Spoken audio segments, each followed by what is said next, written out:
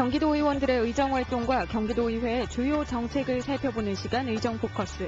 안녕하세요. 이미란입니다. 오늘은 교육위원회 한나라당 윤태길 의원과 이야기를 나눠보겠습니다. 네, 의원님 안녕하세요. 네, 안녕하세요. 네, 먼저 경기방송 청취자들에게 인사 말씀해 주시죠. 존경하는 1200만 경기도민 여러분, 그리고 경기방송 청취자 여러분, 안녕하십니까? 저는 하남 출신 경기도의회 교육위원회 윤태길 의원입니다. 먼저 지진으로 인해 많은 피해를 입은 일본 국민들께 힘내시라는 격려의 말씀과 피해가 조속히 복구되기를 기원드립니다. 네, 이제 본격적으로 이야기를 나눠보겠습니다. 의원님이 교육위원회 한나라당 간사를 맡고 계시죠. 요즘 이 교육 문제에서 고교 평준화 여부를 놓고 참 논란이 많습니다. 안산, 의정부, 광명의 고교 평준화가 논란이 되고 있는데요. 어떤 생각을 하시는지 궁금합니다.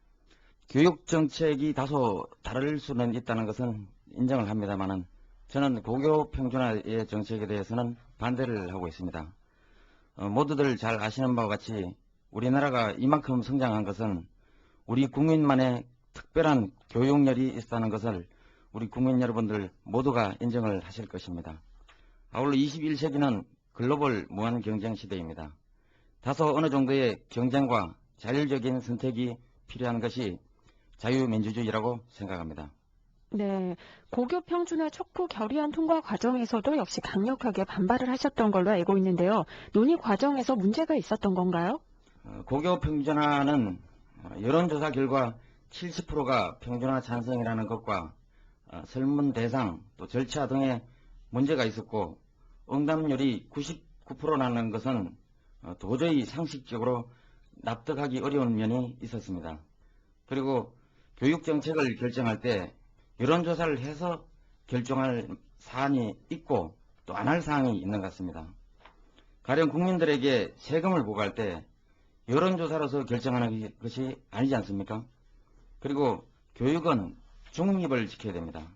그런데 현실은 경기교육이 최고로 정치적으로 이용되고 있는 것이 안타까울 뿐입니다. 이러한 부분들이 교과비용 개정 촉구 결의안 논의 과정에서 제대로 반영이 안 되었고 다수의 힘에 의해서 의사결정하는 것이 잘못됐다는 부분을 강력하게 문제 제기를 한 것입니다. 네, 여론조사 과정에도 조금의 의문점이 있고 또 여론조사만으로 결정을 할 사안은 아니다라는 말씀이신 거죠? 네. 네, 이 교육 문제와 관련해서 무상급식도 여전히 논란이 되고 있는데요. 무상급식에 대해서는 어떻게 생각하시는지요? 먼저 무상급식에 대한 용어에 대한 정리를 조금 하겠습니다. 저는 무상급식이라고 생각하는 것보다는 전면 무상급식이 지금의 현실입니다. 또 아울러 세금급식입니다. 전면 무상급식은 현재 경기도 내 31개 시군 중에서 23개 시군이 초등학교 전체를 하고 있고 8개 시가 초등학교 3학년부터 6학년까지 실시를 하고 있고 그 재원은 경기도교육청과 시군에서 부담을 하고 경기도는 친환경 급식비를 부담하고 있습니다. 우리 교육이 나아갈 방향은 어디까지나 교육이 중심이어야 되고 밥 먹는 가지고 소모적인 논쟁을 벌일 때는 아니라고 생각합니다. 부자 아이들에게 지원할 급식비로 식당 없이 교실에서 배식하는 학교는 식당을 확보를 하고 또 급식시설이 불량하여 부정물로 식기세척을 하는 학교에 급식시설을 개선하는 것이 더 우선이라고 생각합니다. 어떻게 하면 세계 속의 한국을 이끌어 나갈 인재와 또 천재를 키워낼까 하는 고민이 먼저 우선이라고 저는 생각합니다. 우리나라보다 훨씬 부자인 미국과 영국도 전면 무상급식 하지 않습니다. 그리고 이번 지진으로 어려움을 겪고 있는 일본은 무상급식 비율이 2%도 되지 않습니다. 전면 무상급식을 추진하는 핀란드, 스웨덴은 인구가 1000만 명도 안 됩니다.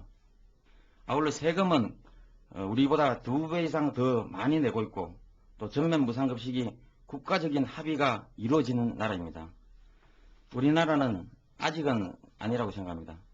서울시도 그렇지만 지금 우리가 전면 무상급식이냐 아니냐를 놓고 논쟁을 벌일 때는 아니라고 생각합니다. 네.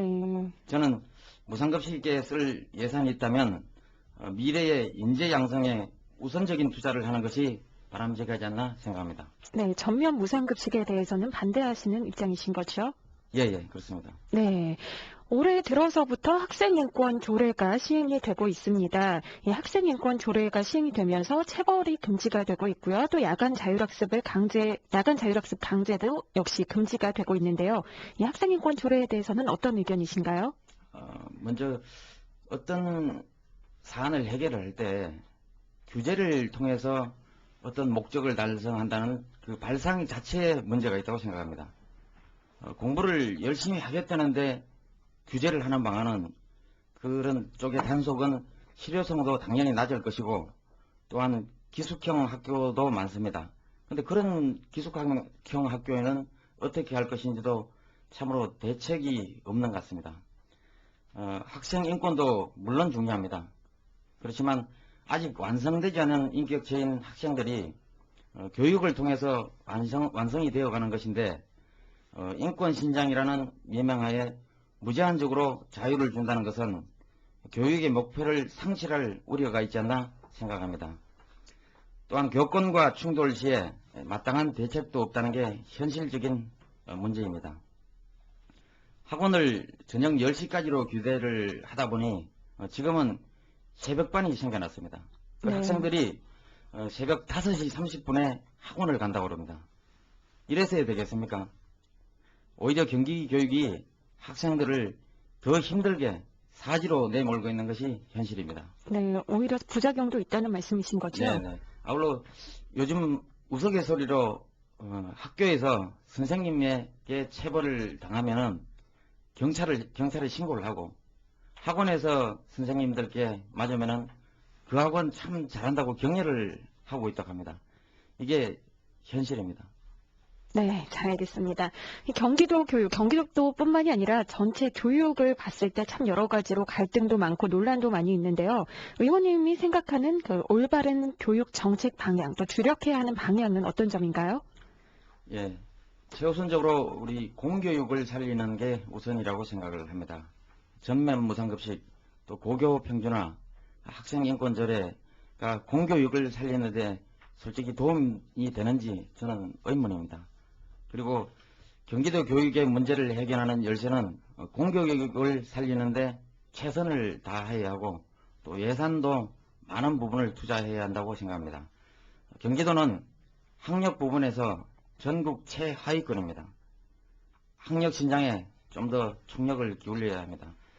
학부모들이 학교에 보낼 때는 공부를 잘 가르치고 또 바른 인성을 가진 사람으로 만들어달라고 자녀를 학교에 보낸다고 생각합니다. 경기도 교육은 머리를 채워주는 교육이 더욱더 절실하게 필요한 시점입니다. 네, 잘 알겠습니다.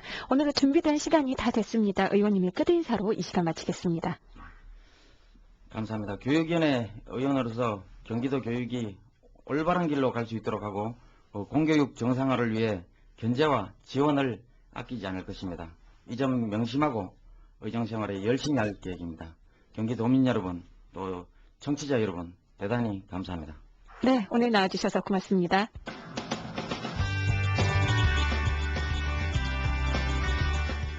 경기도 의원들의 의정활동과 경기도의회 주요 정책을 살펴보는 시간 의정포커스 윤태길 의원과 함께했습니다. 다음 시간에 뵙겠습니다.